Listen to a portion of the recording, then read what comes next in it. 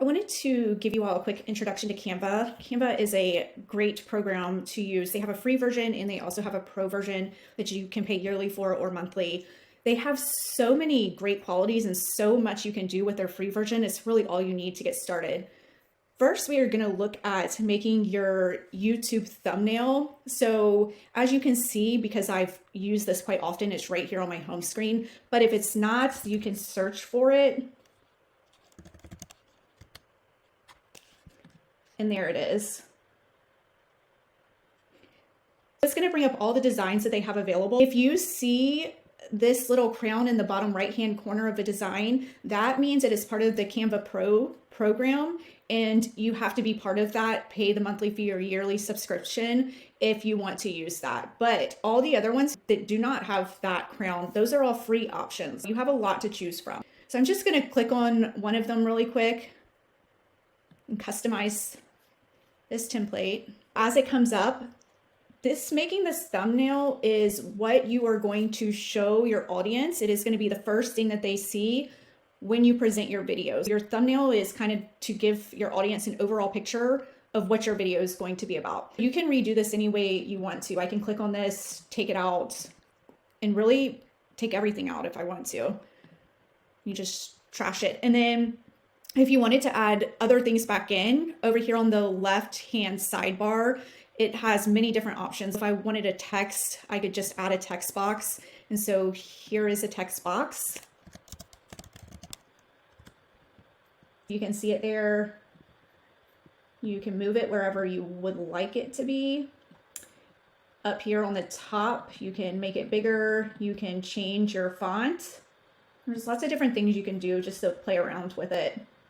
You can also upload your images or your videos, and your images you could put right into what you are designing. So this is how you are going to create your thumbnail. Once you are done creating it, you want to hit the share button up in the top right-hand corner. And it's going to give you multiple different options, but typically I like to just go to download. And then I want to actually save this as a picture. And so I'm going to download it to my computer. And then I can upload it from there to the Amazon website when it tells me to choose a thumbnail. And that's really it. It's pretty easy. We're gonna go back to the homepage and just a couple of other things really quick. As you can see, Canva has many different options that are already formatted for you to fit your screen depending on what you're trying to do. Like this Instagram post, it's already formatted in the size that it needs. Any of these, they have templates for them. You can choose one, you can start blank. If you pick a template, you can customize it any way that you want to. Lots of different options. You can also, once you start creating things, they have a projects tab. And so these are kind of all things that I've been working on over the past several months. So it's all saved here for me.